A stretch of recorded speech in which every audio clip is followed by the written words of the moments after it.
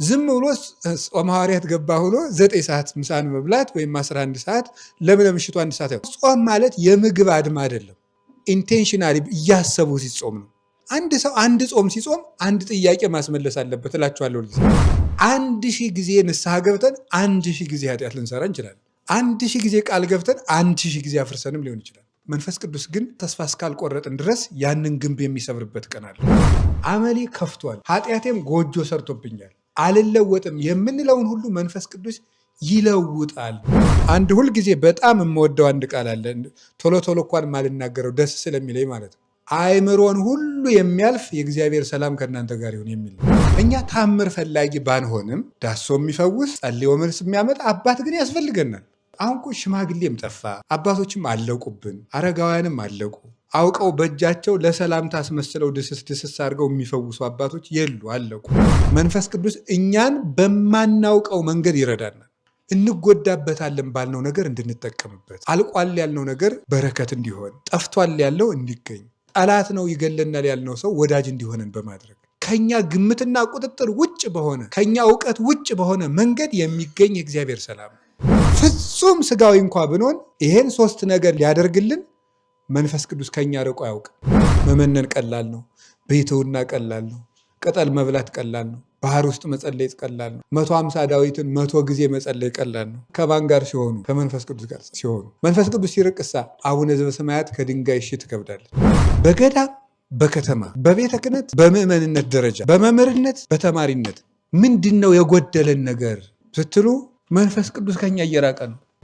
ስለ ዘረኝነት እየተነገረን የማይገባን ስለምንድን ነው? ሰው በጎጠኝነት እየተራረደ ያለው ምንድን ነው? ሰው የክርስቶስን መስቀል ይዞ የሚተራረደው ለምንድን ነው? ለምንድን ነው ውስጥ ለውስጥ የሚሄደው? ለምንድን ነው አንድ መሆን ያቃተን? መንፈስ ቅዱስን ውጣልን ስላለ። እንደ እግዚአብሔር ፈቃድ ዛሬ የምንማማረው መንፈስ ቅዱስ በእኛ ሕይወት ውስጥ በሚል ርዕስ ነው የምንማማረው። እንደ እግዚአብሔር ፈቃድ ይህንን ርዕስ መነሻ አድርገን ለነፍሳችን የሚረባንን ነገር እንማማራለን ማለት ነው።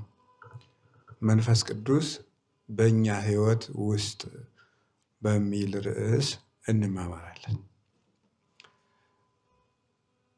እንግዲህ ይህንን ርዕስ የመረጥንበት ምክንያት አለ።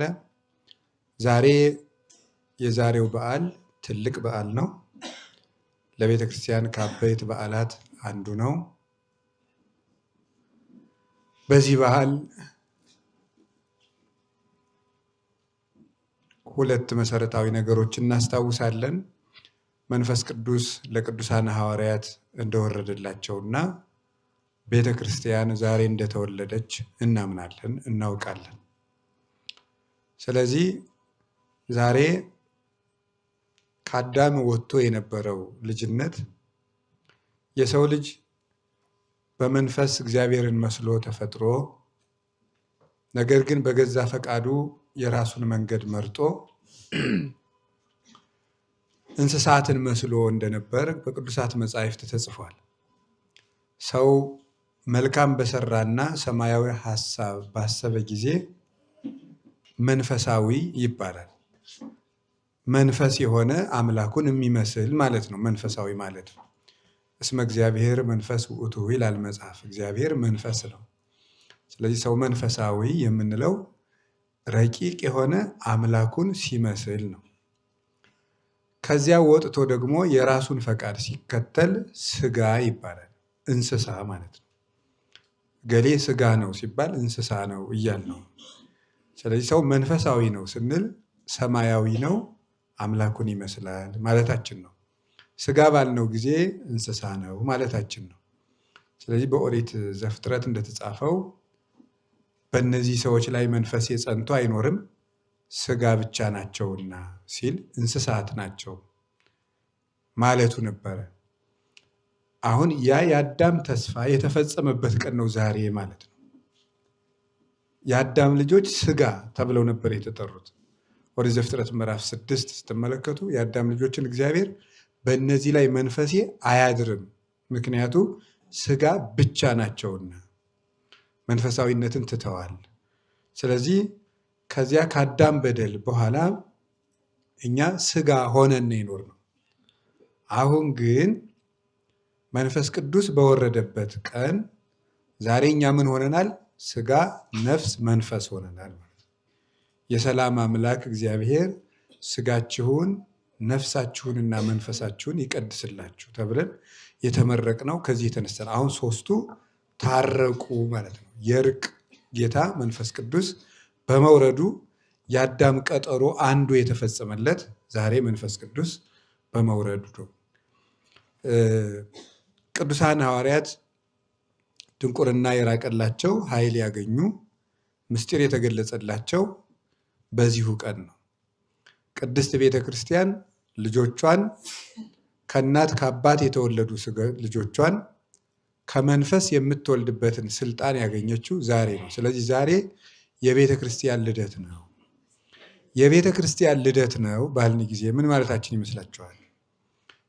ወበዛቲ ዕለት ተፈጸመ ፍስሐ ለቤተ ክርስቲያን ይላል ሊቁ። በዚህ ዕለት የቅድስት ቤተ ክርስቲያን ደስታዋ ተፈጸመ። ስለዚህ የቤተ ክርስቲያን ልደቷ ባልን ጊዜ ምን ማለታችን ይመስላችኋል? ክርስቶስ እስከሚመጣ ድረስ የሚወለዱ ምዕመናን ሁሉ ልደታቸው ማለት ነው። የመጀመሪያው 3000 ምዕመናን በዚህ ቀን ስለተገኙ የቤተክርስቲያን ልደት ይባላል።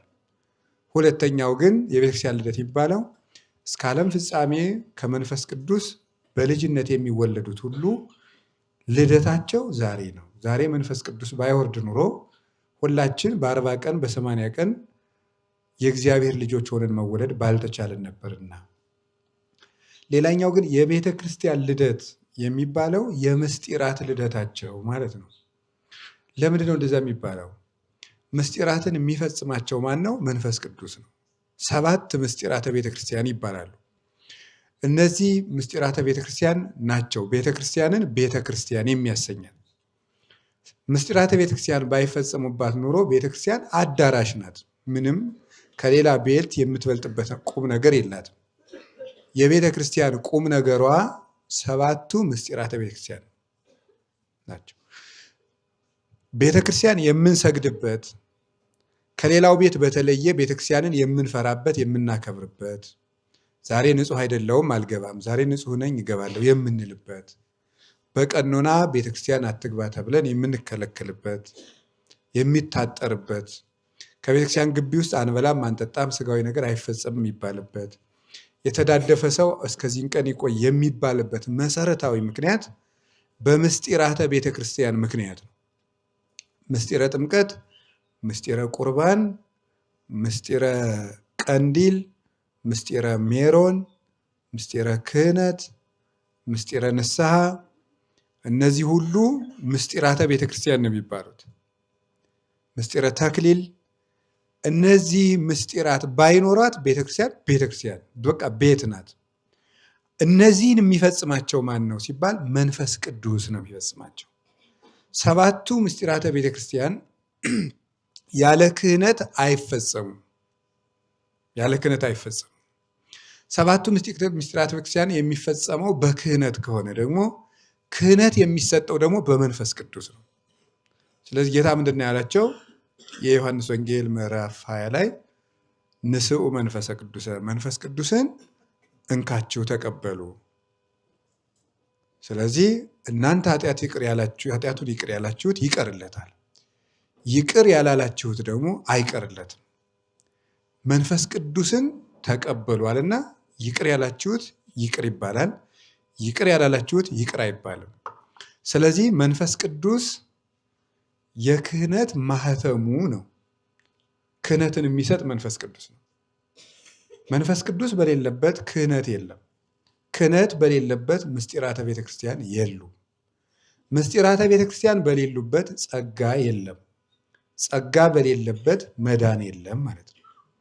ስለዚህ ቅዱስ ጳውሎስ ደጋግሞ በጸጋው ድነናል እያለ የሚናገረው ምኑን ነው? በምስጢራተ ቤተክርስቲያን ድነናል፣ እንድናለን ማለት ነው። የምንድነው በምስጢራተ ቤተክርስቲያን ነው። ጸጋ ማለት ስጦታ ነው። ስጦታም መንፈስ ቅዱስ ነው። መንፈስ ቅዱስም የሚሰጠው በምስጢራተ ቤተክርስቲያን ነው። ካልተጠመቅን የመንፈስ ቅዱስን ሀብቱን አናገኝም። ካልቆረብን የመንፈስ ቅዱስን ሀብቱን አናገኝም። ንስሐ ካልገባን የመንፈስ ቅዱስን ሀብቱን አናገኝም። ስለዚህ መንፈስ ቅዱስ ያደረበት ሰው ልቡ ይሰበራል፣ ለንስሐ ይነቃቃል። ስለዚህ መንፈስ ቅዱስ ንስሐ ባለበት ሰውነት ያድራል ማለት ነው። ስለዚህ ያለ ምስጢራተ ቤተክርስቲያን መንፈስ ቅዱስ የለም። አሁን እነዚህን ተዋረዶች እንዳትረሱ። መንፈስ ቅዱስ ካልፈቀደ እና ካልሰጠ እና ባይወርድ ክህነት የለም ነበር። ክህነት ከሌለ ምስጢራተ ቤተክርስቲያን የሉ። ምስጢራተ ቤተክርስቲያን ከሌሉ ጸጋ የለም። ጸጋ ከሌለ መዳን የለም። እነዚህ የኦርቶዶክሳዊነት መለያ ምልክቶቻችን ናቸው። መንፈስ ቅዱስን ከኛ ጋር የሚያደርገው ምስጢራተ ቤተክርስቲያን። ስለዚህ ዛሬ የቤተክርስቲያን ልደቷ ነው ባል ይሄንን አጥምቃ ልጆቿን ከስላሴ የምትወልድበትን ህብስቱን ወደ አምላክ ስጋ ወይኑን ወደ አምላክ ደም ለውጣ ልጆቿን የምታቆርብበትን ስጋውያን ልጆቿን ከመንፈሳዊ ከክርስቶስ ቅዱስ ስጋ ክቡር ደም ጋር የምታዋህድበት ምስጢረ ቁርባን። የሰው ልጆች ኃጢአት ሰርተው አልቅሰው የሚታይ እንባ እያፈሰሱ የማይታይ የኃጢአታቸው ማሰሪያ የሚቆረጥበት ምስጢረ ክህነት። የሰው ልጅ በቃሉ ተናግሮ የኃጢአትን ሰንሰለት የሚቆርጥበት፣ በቃሉ ተናግሮ የኃጢአትን ያልታሰረውን እግር በግዝት የሚያስርበት የመንፈስ ቅዱስን ስልጣን ክህነት ያገኘችበት። አንድ ወንድና አንድ ሴት የተለያየ ጾታ ሲኖራቸው ተጋብተው አንድ የሚሆኑበት ምስጢር መንፈስ ቅዱስ ነው። መንፈስ ቅዱስ ባይኖር፣ መንፈስ ቅዱስ ባይወርድ በኦርቶዶክስ ጋብቻ ምስጢር አይባልም ነበረ። ሁለት ሰዎችም አንድ መሆን ባልቻሉ ነበረ። ሁለት ናቸው እንጂ አንድ ናቸው እንጂ ሁለት አይደለም። ዛስተጻመረ እግዚአብሔር ሰብ ኢይፍልጥ፣ ሰው እግዚአብሔር አንድ ያደረገውን መለየት አይችልም ተብሎ በማቴዎስ ወንጌል ምዕራፍ 19 የተነገረው ሁለት ሰዎች አንድ መሆን የቻሉት አንድ አድራጊው መንፈስ ቅዱስ ስለወረደ ነው። መንፈስ ቅዱስ ባይኖር የኦርቶዶክስ ጋብቻም እስመ ክቡር አውስቦ በኩለሄ፣ ጋብቻ በስራ ሁሉ ክቡር ነው። ወለምስካቦሙኒ ያልወቱ ስዕበት፣ ለመኝታቸውም እድፈት የለውም ተብሎ በዕብራውያን መጽሐፍ እንደተነገረን መተዳደፍ የሌለበት ንጹሕ ጋብቻ የተባለው አብይ ዝንቱ ምስጢር ወእብሎ በእንተ ክርስቶስ ወበእንተ ቤተ ክርስቲያኑ። ጋብቻ ታላቅ ምስጢር ነው።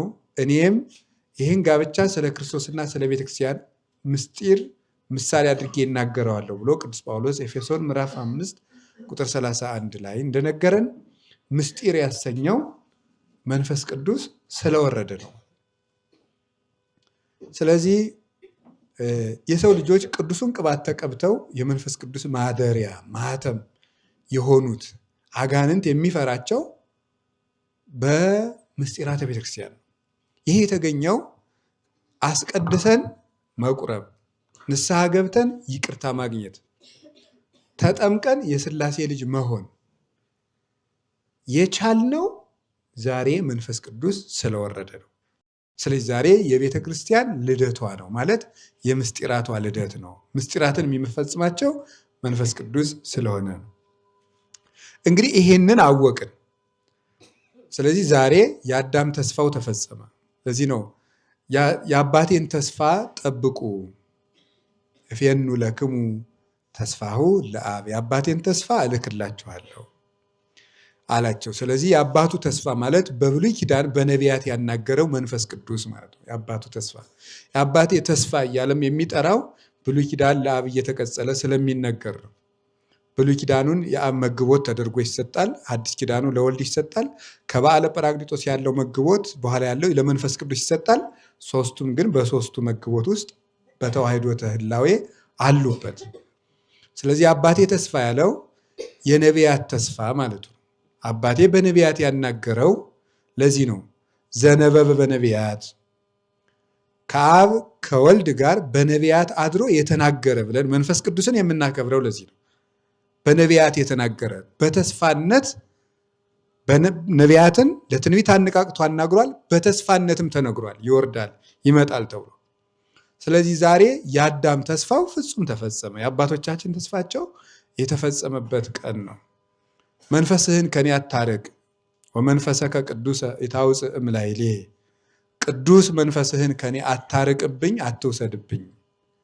ወበመንፈስ አዚዝ አጽንዓኒ፣ በጽኑዕ መንፈስህ አጽናኝ እያለ ቅዱስ ዳዊት መዝሙር 50 ቁጥር 17 ላይ እንደነገረን አባቶቻችን ይህ መንፈስ እንዳይርቃቸው ሲለምኑት የነበሩት እባክህ ቅርብ አድርገው ሲሉት የነበሩት ተስፋ የተፈጸመበት ነው። ተወጽእ በትር እምስሮ እሴይ ወያርግ ጽጌ እምጉንዱ፣ ከእሴይ ስር ቁጥቋጦ ትወጣለች፣ ከቁጥቋጦውም አበባ ይወጣል። ወያርፍ በላዕሌሁ መንፈስ እግዚአብሔር፣ በላዩ ላይም የእግዚአብሔር መንፈስ ያድርበታል። መንፈሰ ጥበብ ወልቡና፣ የጥበብና ልብ የሚያስደርግ መንፈስ በሱ ላይ ያርፍበታል። መንፈሰ ምክር ወኃይል፣ የኃይልና የምክር መንፈስ ያርፍበታል ተብሎቶ እነዚህ ሰባቱ የመንፈስ ቅዱስ ሀብታት የሚባሉት በኢሳይያስ 11 የተዘረዘሩት ቁጥቋጦ ያቺ የወጣችው በትር ድንግል ማርያም ሆና ከሷ የወጣው አበባ ኢየሱስ ክርስቶስ ሆኖ በሱ ምክንያት በሱ ላይ 7 መንፈሶች ያድሩበታል ማለት ኢየሱስ ክርስቶስ የመንፈስ ቅዱስን ፍጹም ሀብቱን ለምእመናን ይመልሳል ማለት ነው። ያድርበታል መባሉ ክርስቶስ እንደ ነቢያት ወይም እንደ ሐዋርያት ፍጡር ሆኖ የመንፈስ ቅዱስ ጸጋ ስለሚያድርበት ሳይሆን ስለኛ ሀደረ ቦቱ የሀድር ቦቱ እየተባለ ይነገርለታል። ያድርበታል፣ አድሮበታል ተብሎ ይነገርለታል። በእኛ ተገብቶ እኛ በእኛ ላይ ማደሩ ለወልድ እየተሰጠ ይነገራል። በእንቲአነ ማለት ስለኛ በእኛ ያደረውን ለወልድ እያደረገ ይናገረዋል። ለወልድ ግን ሀደረ ባለ ጊዜ ስጋ መንፈስ ቅዱሱን እንደ ወልድ የባህሪ ሕይወቱ አድርጎ በከዊነ ቃል በተዋሃደ ጊዜ ገንዘብ ማድረጉን መናገር ነው። ከዚያ በኋላ ያለው ግን ለእኛ ሲነገር አደረብን ይባላል። በእኛ ያደረውን በወልድ አደረ እያለ ይናገረዋል ስለኛ። ስለዚህ ያ የምክር መንፈስ፣ የጥበብ መንፈስ፣ የኃይል መንፈስ የሚባለው ኃይል የሚያስደርገው መንፈስ፣ ልብ የሚያስደርገው መንፈስ፣ የሚያስታውሰው መንፈስ ቅዱስ ዛሬ አድሯልና እውነትም የሰው ልጅ ክብሩ ዛሬ የተከናወነበት ቀን ነው። ስለዚህ ዛሬ ለቅዱሳን ሐዋርያት ኃይል ተሰጣቸው። ይህ ኃይል ምን እንደሆነ በኋላ እነግራቸዋለሁ። ኃይል ተሰጣቸው፣ ቋንቋ ተገለጸላቸው፣ የቤተክርስቲያን ደስታዋ ተፈጸመ፣ ቤተክርስቲያን ተወለደች፣ የአዳምና የአባቶቻችን ተስፋ ተፈጸመ፣ ምስጢራተ ቤተክርስቲያን ተወጠኑ። የመንፈስ ቅዱስ የመጀመሪያ እሸት የሆኑ 3000 ክርስቲያኖችም ዛሬ በቅዱስ ጴጥሮስ ስብከት በአንድ ቀን ስብከት 3000 ክርስቲያኖች መከር ሆነው ተሰበሰቡ። የመጀመሪያው በዓለ ሰዊት የተባለው ለዚህ ነው። እነዚህ የመንፈስ ቅዱስ እሸቶች ዛሬ ለመንፈስ ቅዱስ ቀዳማያት ሆነው የገቡበት ቀን ስለሆነ በዓለ ሰዊት ይባላል። ይሄ በዓለ ሃምሳው በብሉይ ኪዳን የተነበረው በዓለ ሃምሳ በዚህ በዓል ቀን መንፈስ ቅዱስ መውረዱ ዛሬ የመንፈስ ቅዱስ ፍሬ የሆኑ 3000 ምዕመናን በቅዱስ ጴጥሮስ ስብከት ስለተሰበሰቡ ነው። በጣም ጥሩ ነው። ለቅዱሳን ሐዋርያት እንዲህ ተደረገላቸው ብለናል። ዛሬ የተሰጣቸው ለቅዱሳን ሐዋርያት ምንድን ነው ስትሉ ኃይል ነው። ኃይል ተሰጥቷቸዋል። ኃይል ይሄ ኃይል ምንድን ነው? ለቅዱሳን ሐዋርያት ዛሬ የተሰጣቸው ኃይል እና የውስጥ ሰላም ነው። እነዚህ 2 ነገሮች ናቸው ለቅዱሳን ሐዋርያት የተሰጧቸው ኃይል። ይሄ ኃይል የጌታችን የኢየሱስ ክርስቶስ የትንሣኤው ኃይል ይባላል። ፊልጵስዩስ ምዕራፍ 3 ቁጥር 8 እስከ 11 ድረስ አለ የትንሣኤው ኃይል። በሉቃስ ወንጌል ምዕራፍ 24 ቁጥር 43 ጀምሮ ንበሩ ሀገረ ኢየሩሳሌም እስከትለብሱ ኃይለ እማርያም፣ ከአርያም ኃይል እስክትለብሱ ድረስ በኢየሩሳሌም ቆዩ ብሏቸው ነበር ጌታ ሐዋርያት ኃይል እስክትለብሱ ድረስ። አሁን ዛሬ ያን ኃይል ነው ያለበሳቸው ማለት ነው። ኃይል እስክትለብሱ ኢየሩሳሌም ቆዩ አላቸው። ያን የቆዩበትን ኃይል ዛሬ አለበሳቸው። ያንን ኃይል ቅዱስ ጳውሎስ ምን ማለው? የትንሣኤው ኃይል ሮሜ ምዕራፍ 1 ከቁጥር 4 ላይ ደግሞ ሲናገር ወአርአየ ከመ ወልደ እግዚአብሔር ውእቱ በኃይሉ ወበመንፈሱ፣ በኃይሉ ከሙታን ተለይቶ በመነሳቱ የእግዚአብሔር ልጅ እንደሆነ አሳየ ይላል። በኃይሉ ያለው በመንፈስ ቅዱስ የተላከው የተሰጠው ዛሬ ለቤተክርስቲያን የተሰጠው ኃይል ነው። የእግዚአብሔር ልጅ መሆኑን በኃይሉ አሳየ አለ። ከሞተ በኋላ መንፈስ ቅዱስን የመላክ ኃይል ያለው እግዚአብሔር ካልሆነ በቀር ፍጡር ሙቶ ተነስቶ መንፈስ ቅዱስን ለሌላው መላክ አይችልም። ይሄ ኃይል ለቅዱሳን ሐዋርያት የተሰጣቸው ኃይል ነው። ምን አይነት ኃይል ይመስላችኋል? ምን አይነት ኃይል ነው? አንደኛው የማሸነፍ ኃይል ነው የተሰጣቸው። ለቅዱሳን ሐዋርያት የተሰጣቸው የማሸነፍ ኃይል ነው።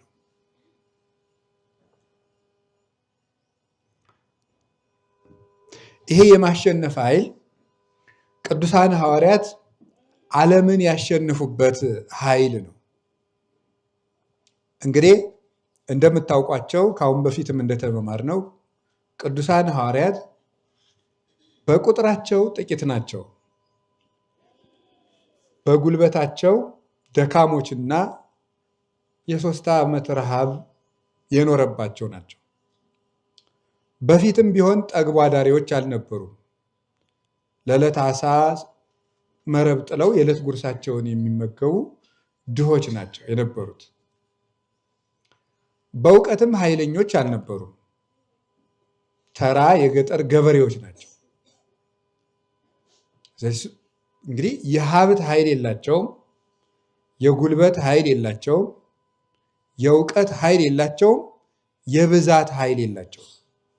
አራቱም ኃይል የላቸውም ቅዱሳን ሐዋርያት። በዓለም ላይ የንግግር ኃይል የሚባልም አለ። ማባበል፣ የሰውን ልብ በንግግር መስረቅ፣ ማሳመን አለ። እሱንም የሚያውቁ አይደሉም።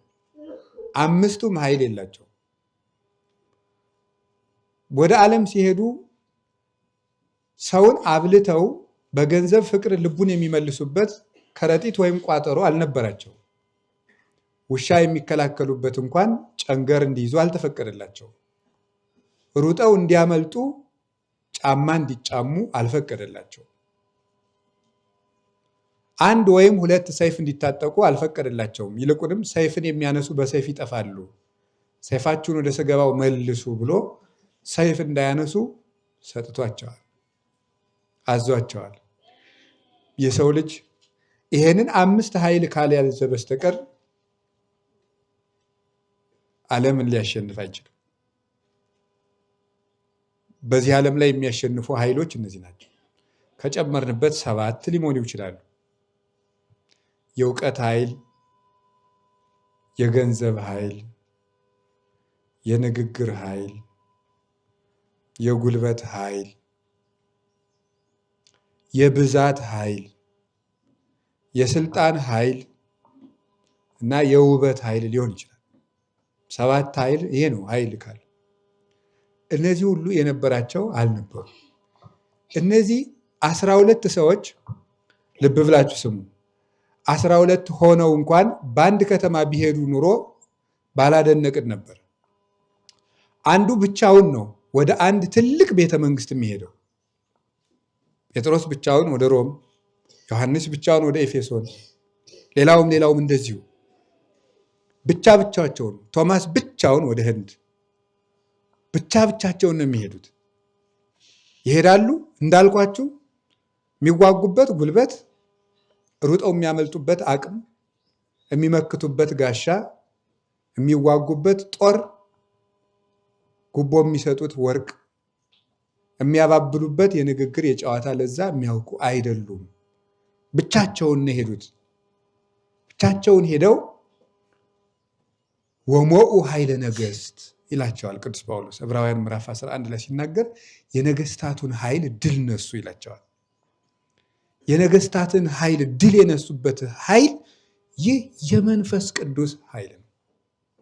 የመንፈስ ቅዱስ ኃይል ነው። ሰው ብቻውን ቆሞ እልፍ ሰራዊት ያለውን ንጉስ ሳይናገር ሰይፍ ዱላ ሳይዝ የታጠቁ ወታደሮችን ማንበርከክ፣ አንድ መናኛ ሰው ንግግር መርጦ የሚሰማን የንጉሥ ጆሮ ሰብሮ መግባት፣ ይህ የመንፈስ ቅዱስ ኃይል ነው። ቤተ ክርስቲያን ይሄ ኃይል አላት። እንዴት ሆኖ ነው በግሪክ ፍልስፍና የተጠለቀለቀውን ዓለም አንድ አሳ ጎታች ገበሬ እየሄደ ጸጥ ሲያሰኘው የነበረው? የመንፈስ ቅዱስ ኃይል ነው። በነገር መራቀቅ አይደለም። ቤተክርስቲያን በዚህ ነው የምትኖረው። አሁን ቤተክርስቲያን ጉልበቷ ይሄ ነው። ወደዚህ የተመለሰች እንደሆነ ነው ቤተክርስቲያን ጉልበተኛ የምትሆነው። ሌላ ሁሉ ዝም ብሎ መራቀቅ ነው፣ የብልጣብልጥ ጉዞ ነው።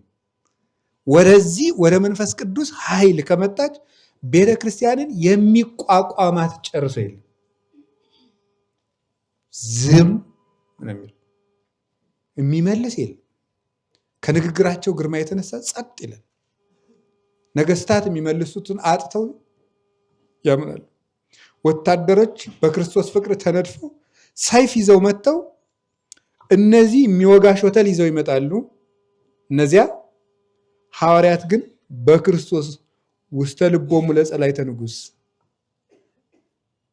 ሐጽከ ኃያል ስሁል ኃያል ወልደ እግዚአብሔር ቀስቶች ሐዋርያት የተቡ የተሳሉ የተቡ የጋሉ ናቸው። እነዚያ በሾተል ሊነድፉ ሲመጡ ሐዋርያት በክርስቶስ ቃል ልባቸውን ይነድፏቸዋል። ከቃሉ ጋር የክርስቶስን ፍቅር አብረው ይወረውሩታል። በዚያ ቀስት ልባቸውን ይነድፋሉ። ሰይፍ ይዞ የመጣው ወታደር በጦር መንደፉ ይቅርና በክርስቶስ ፍቅር ተነድፎ ሰይፉን ወርውሮ ጥሎ እኔም በክርስቶስ ስም እሞታለሁ ይላል። ይህ የመንፈስ ቅዱስ ኃይል ነው። ዛሬ ቤተክርስቲያን ግርማዋ ኃይሏ ይሄ ነበረ። ይሄ እየጠፋ ሲመጣ ቤተክርስቲያን ዝቅ ማለት ትጀምራለች። ሁሉም ያስለቅሳታል፣ ሁሉም ያደማታል፣ ሁሉም ይወጋታል፣ ሁሉም ይነክሳታል። አቅም የለሽ ትሆናለች፣ ትደፈራለች።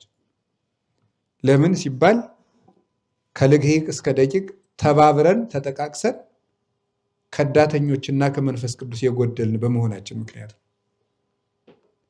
ይሄ ነው ቤተክርስቲያንን የሚያስከብራት ግርማ። ይሄ ነው። ይህን ኃይል ነበር የነበራቸው። ሎሌ ሆነው ገብተው አሸንፈው ይወጣሉ። ሎሌ ሆነው ገብተው እነ ቅዱስ ዮሐንስ ወንጌላዊ እረኛ ሆነው ገብተው ኃይል ይዘው ይወጣሉ። ድሪቶ ለብሰው የወርቅ ካባ የለበሱትን ልብ ያንበረክካሉ። ይህ የመንፈስ ቅዱስ ኃይል ነው። ስለዚህ አንዱ የማሸነፍ ኃይል ነው።